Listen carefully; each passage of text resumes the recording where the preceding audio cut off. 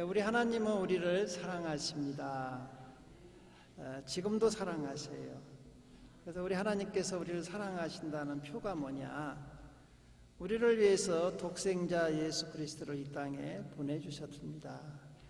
그래서 요한복음 3장 16절은 우리에게 이렇게 말씀하고 있습니다. 하나님이 세상을 이처럼 사랑하사 독생자를 주셨으니 이는 그를 믿는 자마다 멸망하지 않고 영생을 얻게 하려 하심이라. 하나님이 주신 독생자는 누구냐? 예수 그리스도이십니다. 예수는 이름입니다. 예수 그리스도 하면 어떤 분들은 또 예수가 성이고 그리스도가 이름이다 이렇게 하는데 잘못된 거예요. 이름이 예수예요.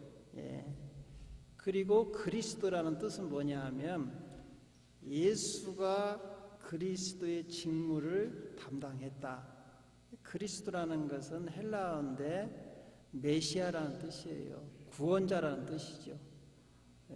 그래서 예수님이 구원자이시다 이 뜻을 가지고 있습니다. 그러면 이 예수라는 이름의 뜻을 알고 있습니까? 여러분이 믿는 예수님, 그 예수 이름의 뜻이 하나님께서 이 예수라는 이름을 주셨는데 예수라는 이름의 뜻이 뭐죠? 오늘 우리가 읽은 이 본문 말씀에 나와 있습니다. 우리 마태복음 1장 21절을 같이 읽어보겠습니다. 아들을 낳으리니 이름을 예수라 하라. 이는 그가 자기 백성을 그들의 죄에서 구원할 자이심이라 하니라. 예수라는 이름의 뜻이 뭐냐 하면 그가 자기 백성을 그들의 죄에서 구원할 자이십니다. 자기 백성입니다. 자기 백성을 하나님께서 선택하신 백성을 그들의 죄에서 구원할 자가 예수라는 이름의 뜻입니다. 우리는 오늘 읽은 본문에서 예수님이 이 땅에 탄생하는 아주 놀라운 신비로운 아주 일을 우리가 보게 됩니다. 그 성경 구절이 뭐냐 하면 성령으로 잉태하사 라는 구절이죠. 우리 마태복음 1장 18절도 다시 한번 읽어볼까요? 예수 그리스도의 나심은 이러하니라. 그의 어머니 마리아가 요셉과 약혼하고 동거하기 전에 성령으로 잉태된 것이 나타났더니. 여러분, 우리 인간은 남자와 여자가 결합해서 태어나는데 예수님은 성령으로 잉태됐다는 거예요. 왜 하나님께서는 우리 예수님을 인간의 일반적인 출생 방식이 아닌 성령을 통해서 동정녀 마리아의 몸에서 태어나게 하셨을까요? 여기에는 아주 특별한 하나님의 놀라운 구원과 계획이 또 우리에게 주시는 은혜가 여기에 담겨 있습니다. 그래서 오늘은 여러분들이 우리가 신앙 고백할 때도 성령으로 잉태하사 많이 하는데 왜 성령으로 잉태해야만 되는가에 대해서 우리가 상고하면서 그 속에 담긴 세 가지의 구원의 의미를 살펴보면서 은혜를 나누려고 합니다. 첫 번째로는 성령으로 잉태되신 것은 예수님이 인류의 구원자가 되시기 위한 필수 조건이에요. 필수 조건.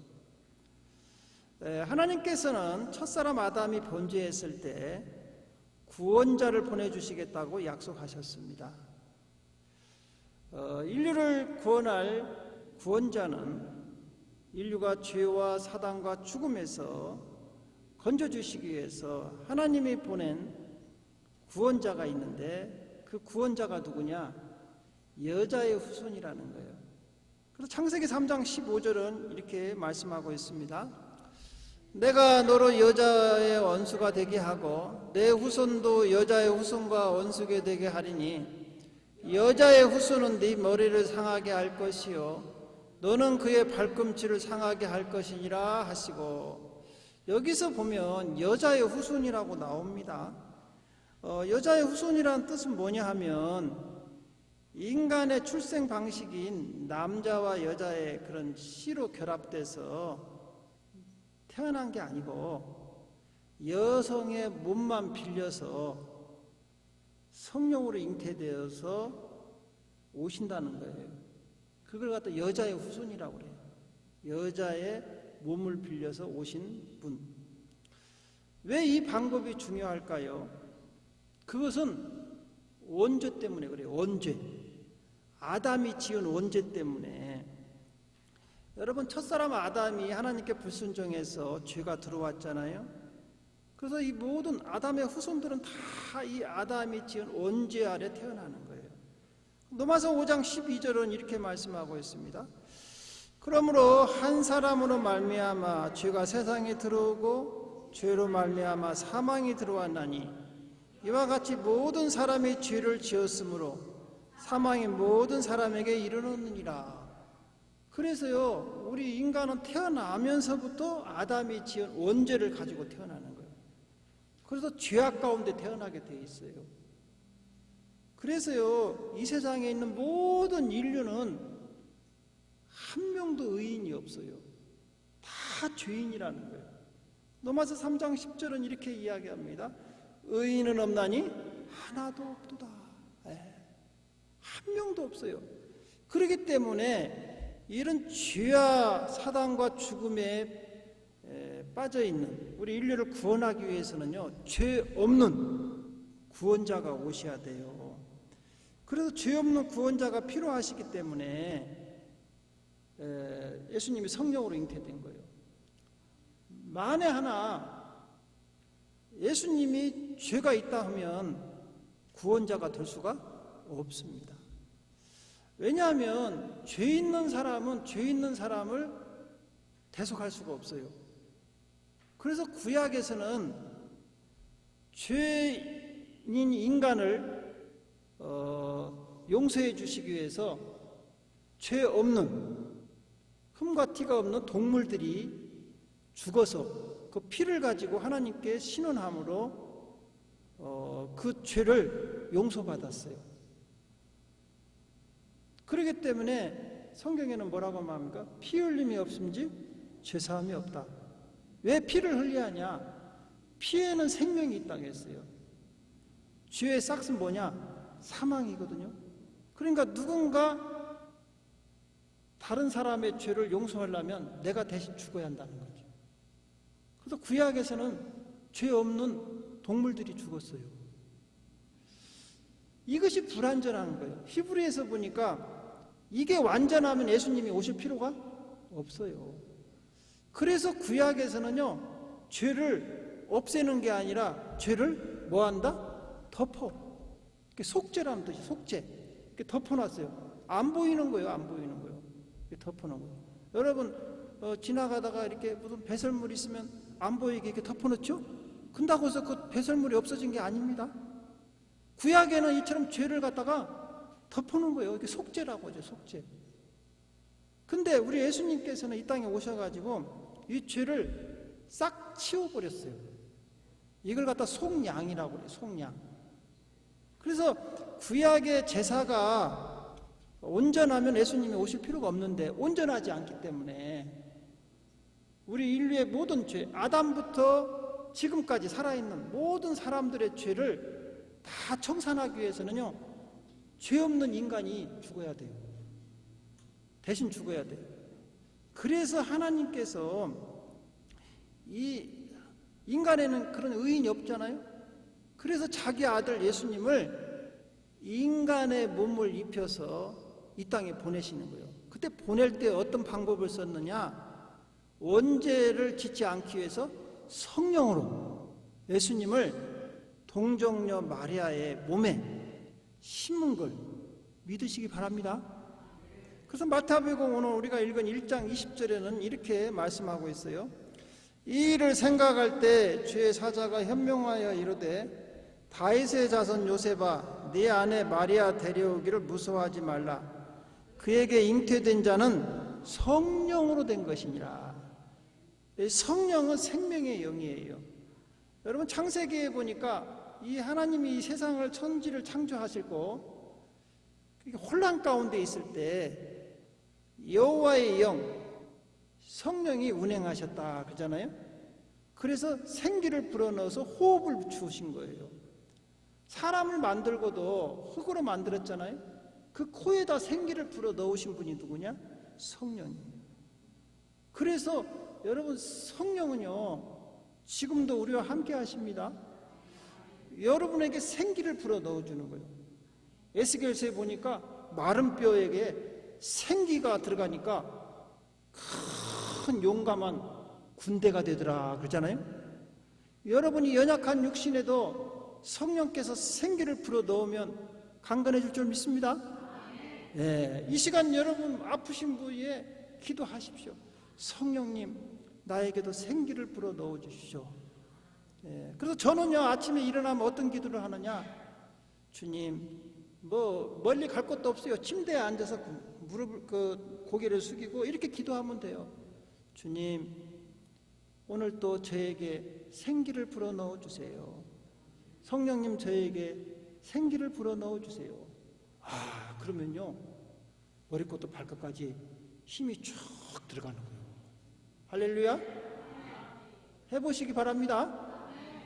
일어날 때 아이고 죽겠네 아이고 죽겠네 그러지 마시고 뭘 불어넣으라고? 생기. 성령이 생기를 불어넣으면 큰 군대가 되는 거예요. 그래서 하루하루 그런 힘으로 살아가는 거예요. 두 번째로는요, 이처럼 하나님께서 우리 예수님을 성령으로 잉태되게 하셔서 이 땅에 보내셨는데, 이것은 미리 아까 말씀드린 대로 창세기 3장 15절에 벌써 여자의 후손이 올 거라고 했잖아요. 여자의 후손은 남자가 없이 태어나는 사람이죠. 여자의 몸만 빌려서. 이것을 벌써 이사야 선지자가 예수님 오시기 전에 700년 전에 선지자이신데 그분의 입을 통해서 미리 예언된 거예요.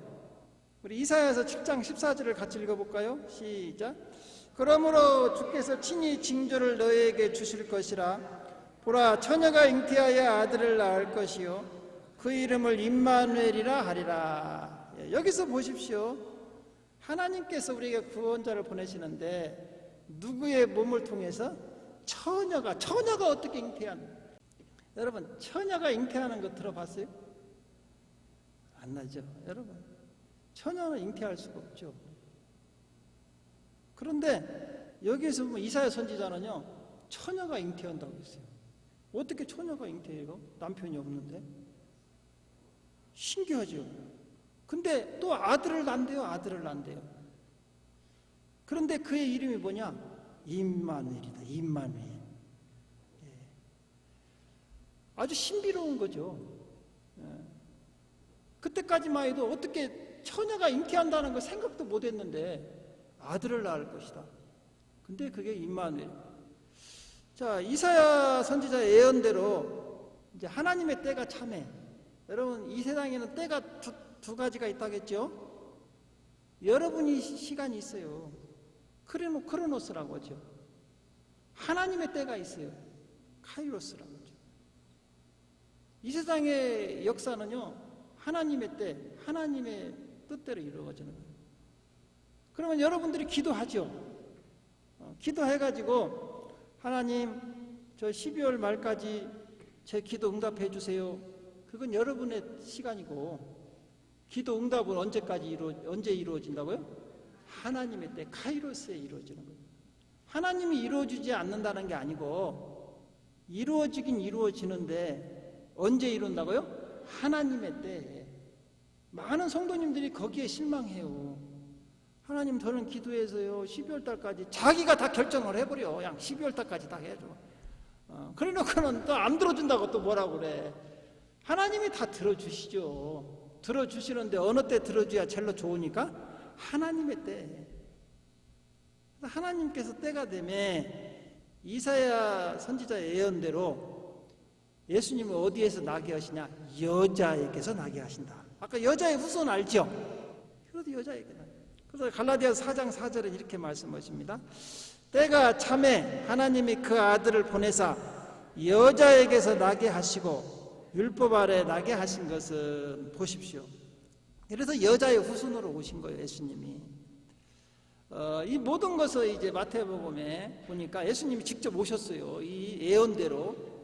그래서 하나님 말씀을 한번 입에서 나가면 반드시 이루어집니다. 여러분, 성경에 구약에 약속된 것은 다 이루어져요. 100% 이루어져요. 예수님 태어날 때부터 예수님 사역, 예수님 십자가 못 박혀 돌아가실 거, 또 어디에 무덤에 묻힐 거, 또 며칠 만에 살아나실 거, 부활하실 거 다 성경에 예언돼 있어요. 예언된 대로 지금 모든 것이 이루어지고 있어요.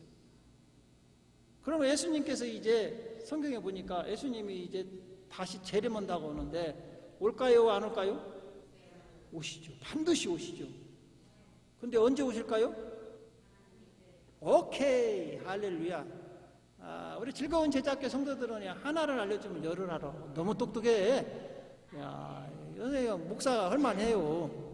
못 알아들으면 참 힘들어. 너무 잘하셨어요. 맞아요. 그때는 아무도 모르죠. 하나님이 이제 아들을 이 세상에 보내면은 딱 그때 오시는 것이죠. 그래서 마태복음 1장 22절에 23절에도 이렇게 말씀하십니다.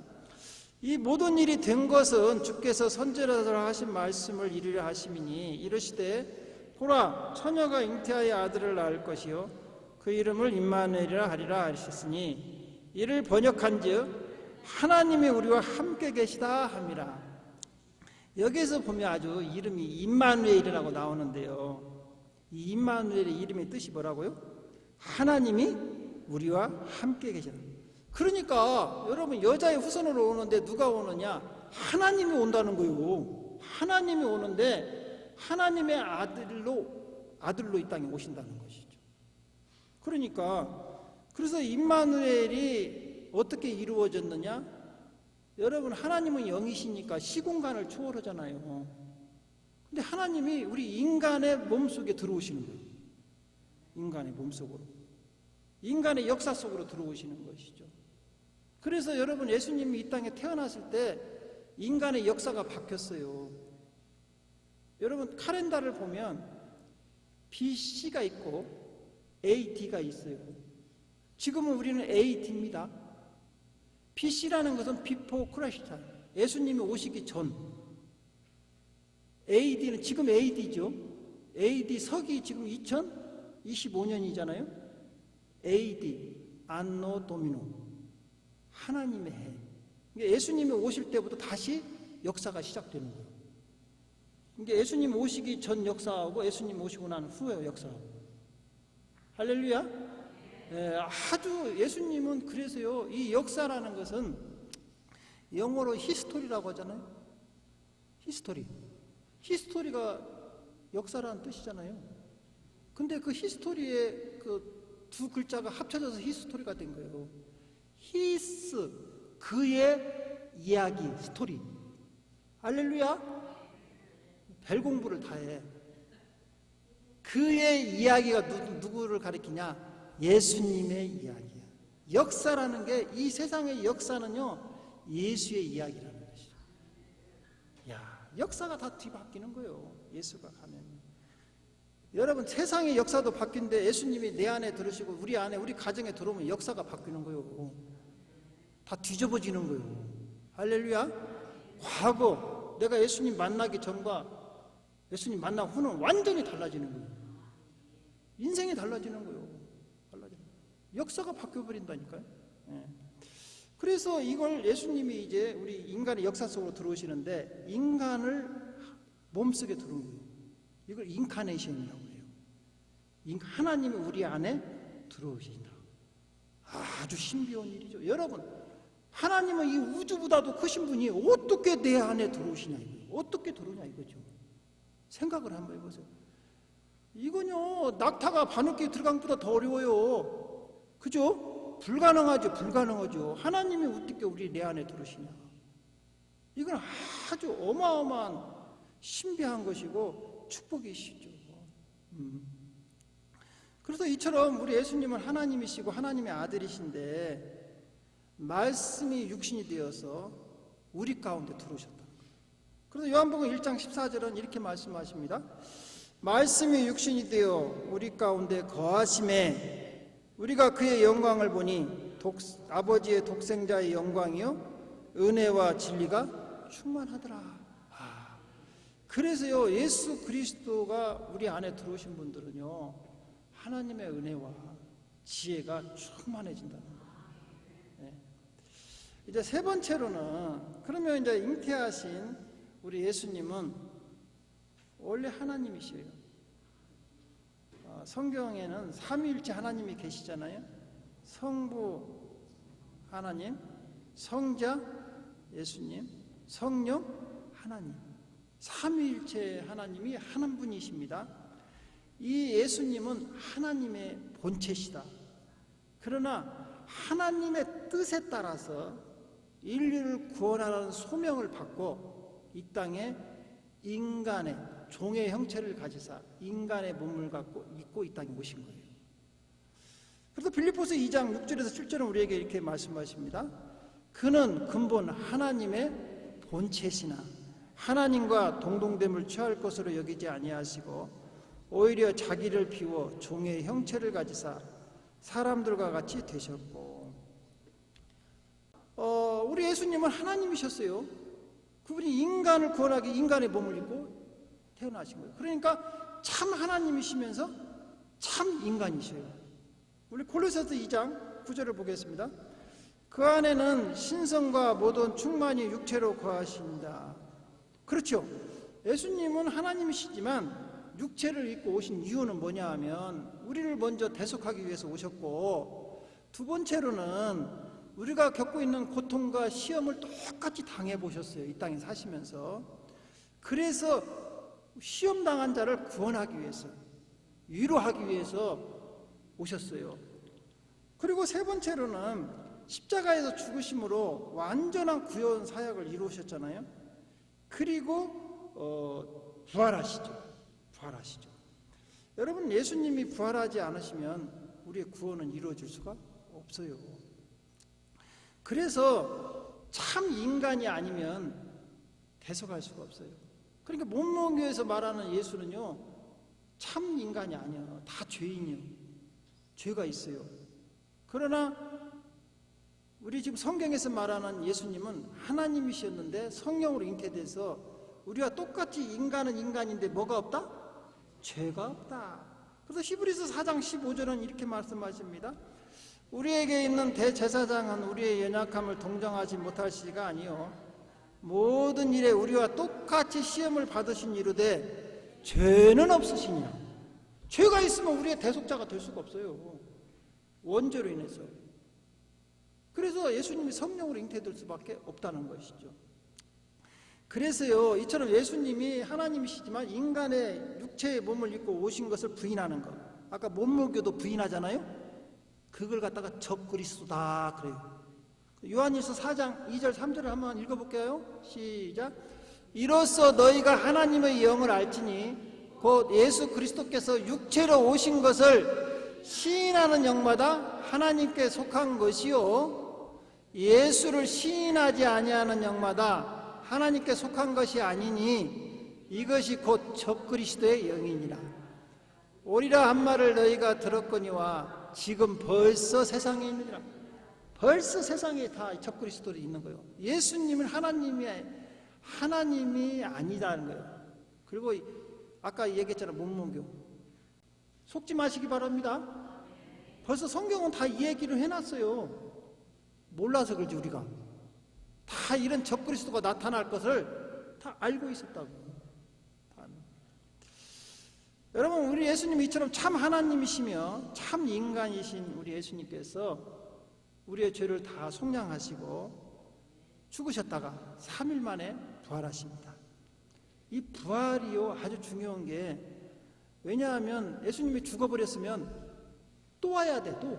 그죠? 근데 하나님의 아들이 하나밖에 없는데 독생자라고 했잖아요. 또 둘째 아들이 있으면 또 보냈을란가 모르는데 이거 또 못 보내. 하나밖에 없어가지고 이제는.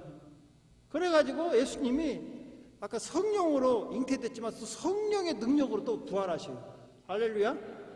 그 이유가 뭐냐면 부활을 통해서 사망 권세 잡은 마귀를 멸하고 죽기를 무서워해서 종노릇하고는 우리를 해방시키기 위해서 그렇다는 거예요. 그래서 히브리서 2장 14절에 15절은 이렇게 말씀하십니다. 자녀들은 혈과 육에 속하였음에 그도 또한 같은 모양으로 혈과 육을 함께 지니심은 죽음을 통하여 죽음의 세력을 잡은 자 마귀를 멸하시고 또 죽기를 무서워함으로 한평생 매어 종노릇하는 모든 자를 놓아주려 하심이라. 예수님이 사망 권세에 잡혀가지고 죽어버렸으면 우리를 누가 건져낼 거예요? 예수님이 부활하셨으니까 그 능력으로 우리도 부활할 줄로 믿습니다. 할렐루야. 그리고 우리 예수님께서는요, 하나님이시니까 또 우리 참 인간이시니까 하나님과 우리 사이에 중보자가 되시는 거예요. 한쪽만 위할 수가 없죠. 중보자라는 것은 양쪽을 다 위해야죠. 그러니까 우리 옛날에 중매쟁이 있잖아요. 중매쟁이는 신랑과 신부의 가운데서 연결해 주는 분이잖아요. 근데 신랑 편만 들어도 안 되고 신부 편만 들어도 안 돼요. 중매쟁이는 정확히 왜? 다 양쪽을 너무 잘 알아야 돼요. 그래서 예수님은 하나님이시고 또 참 인간이시니까 우리 입장을 대변해서 하나님께 기도하시고 또 하나님의 뜻을 우리에게 바로 전달해 주실 분이에요. 그래서 하나님과 우리 사이 유일한 중보자는 누구다? 예수님 한 분밖에 없다는 거예요. 그리고 디모데전서 2장 5절은 우리에게 이렇게 말씀하십니다. 하나님은 한 분이시요 또 하나님과 사람 사이의 중보자도 한 분이시니 그 사람이신 그리스도 예수라. 여러분 딱 한 분밖에 안 계셔요. 뭐 천주교에서 말하는 뭐 성모 마리아 안 돼요. 그 성모 마리아는 몸을 빌려서 이렇게 왔어요. 여러분 성모 마리아가 예수님을 낳았지만 사실은 그분은 구세주가 아니에요. 그러나 이번에 그 교황청에서 또 중요한 얘기를 했더만 다행이에요. 성모 마리아는 공동 구세주가 아니다. 또 그렇게 했어요. 오, 할렐루야. 아주 많이 진척됐어요. 구세주가 될 수가 없죠. 구세주는 예수님밖에 없죠. 그런데 또 지금도 막 또 중보자라고 또 성모 마리아 상에 가서 비는데 유일하게 중보할 수 있는 사람은 하나님이시고 인간이셔야 한다 이거요. 딱 가운데 예수님밖에 없어요. 그래서 그 예수님만이 중보자가 되시는 거예요. 그래서 우리가 기도할 때도 중보 기도한다 그렇게 쓰면 안 돼요. 우리는 중보를 할 수가 없어요. 우리가 하나님이 아니잖아요. 우리는 인간은 인간이에요. 그러나 하나님이 아니기 때문에 우리가 하나님과 우리 사이에 다른 사람 사이에 중보가 될 수가 없어요. 그래서 우리가 기도할 때는 다른 사람을 위해서 기도한다는 것은 도고 기도다 그래요. 도고 기도. 막 알고 써야 하는데 막 갖다 붙이는 거예요. 좋은 거 있으면 다 갖다 붙여버려 막. 그게 물론 좋은 것은 좋은 것이지만 붙일 때가 따로 있지. 그죠? 아, 참 이단들이 머리가 좋긴 좋아. 좋은 거 있으면 지네들이 다 갖다 붙였어. 구원파, 영생교, 뭐요, 또 신천지 막 다 갖다 붙였어. 이놈들이 좋은 것은 알긴 알아요. 좋은 것인데 근데 자기 있어버리는 것이죠. 그래서 중보자이신 예수님은 지금도 살아계셔서 어디에 계시느냐? 하나님 우편에서 앉아서 지금도 중보하고 계신 걸 믿으시기 바랍니다.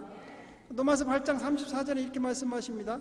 누가 정죄하리요? 죽으실 뿐 아니라 다시 살아나신 이는 그리스도 예수시니 그는 하나님 우편에 계신 자요 우리를 위하여 간구하시는 자시니라. 할렐루야. 사랑하는 성도 여러분, 우리는 오늘 성령으로 잉태하여 이 땅에 오신 예수 그리스도를 통해 세 가지의 진리를 확인해 보았습니다. 예수님은 죄 없는 구원자이십니다. 또 우리와 함께 하시는 임마누엘의 하나님이십니다. 그리고 지금도 우리를 위해서 하나님 우편에서 중보하고 계시는 참 하나님이시면서 참 인간이신 걸 믿으시기 바랍니다. 이번 성탄에 성령으로 잉태되신 예수 그리스도를 믿음으로 고백하고 성령의 능력 안에서 임마누엘 되신 하나님과 동행함으로 그리스도의 향기나는 삶이 되시기를, 복된 삶이 되시기를 주님의 이름으로 축원드립니다. 기도하겠습니다.